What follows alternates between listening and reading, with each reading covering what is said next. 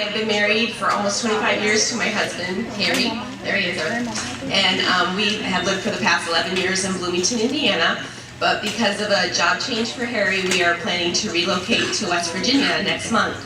So between packing up all of our stuff at my house and getting ready for our second son who's graduating high school next month, and then thinking of all these awesome things that I wanted to say about Stewart Home School, and then sitting through that play yesterday, which, here's my suggestion, somebody get their notebook out.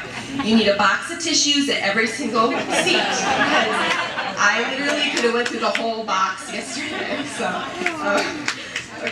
So I have 3 children. Lane is my oldest, he's 19, and he is a student here at Stewart Home. And Gage is my second one, he's 17, he's going to be graduating this next weekend, and he's going to George Washington University in the fall. And then we also have a daughter, Bryn, who's 13, and she's finishing up 7th grade. Our son Lane was diagnosed with autism when he was 3 years old, and all of his life he has had a love for music. His first experience was in a Mommy and Me music class when he was only 10 weeks old, and we continued with some form of weekly music instruction until he was in kindergarten. His first introduction to his favorite genre of music, which is folk, was from his grandparents when they gave him a Peter, Paul and Mommy DVD at his first year birthday, and that just kicked it off. Like ever since then, he has had a passion for folk music. He has loved Peter, Paul and Mary, Pete Seeger, and his current favorite, 80-year-old folk artist Tom Paxton. If you are familiar with people on the autism spectrum, you realize that they have some great strengths, but they also have some deficits. Lane has always been outstanding at remembering dates. He can remember pretty much everything that has happened in his life since he was about 3 years old.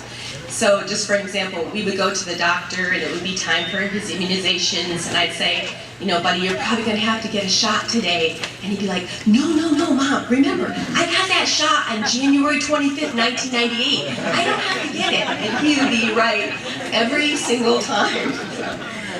He also has an excellent way of remembering people. So if he has met you once, you are his friend for life. And if he has asked you when your birthday is, every year on your special day, he will wake up and say, it's so-and-so's birthday today. So I really miss having him live with us right now because my live birthday calendar reminder isn't there to remind me, and I have missed so many people's birthdays this year. So, like I mentioned before, music has been a love in his life, and the guitar has always been his favorite musical instrument. And in elementary school, he just so desperately wanted to learn how to play.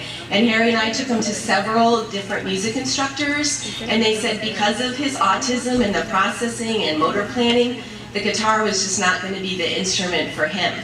Well, that all changed in the summer before his 9th grade year. Lane just decided, hey, if no one's going to teach me, I'm going to teach myself. And he did. And he found out through this process that he has been blessed with perfect pitch. And only 1 in about 10,000 people have this. And it's basically where Lane can hear a song, tell you what key it's in, what chords are needed to play, and even on the guitar, which fret to put the cable on to make the sound right. This discovery led to an exciting revelation that Lane could just get on any musical electronic device of his choice, throw some headphones on, listen to this music, memorize the chord patterns, and pretty much play any song that interests him. He spent hours a day on his guitar. He liked it so much that there'd be some mornings when we were awake that he loves to bowl. The kid has never bowled before. He loves it now, and he's also reminded me, don't forget to sign me up for fall bowling next year. He has also enjoyed square dancing with his fellow students. He has been able to sing in the choir and travel to different places with Michael and perform for people. He's learning how to write and perform songs which are not in the folk music genre on his guitar. Stewart Home has given him such wonderful opportunities. We are so impressed with Michael and all that he has done for Lane. His patience is never ending, and Lane has great respect and love for him. Lane also loves his dorm parents, Ricky and Rita Shane.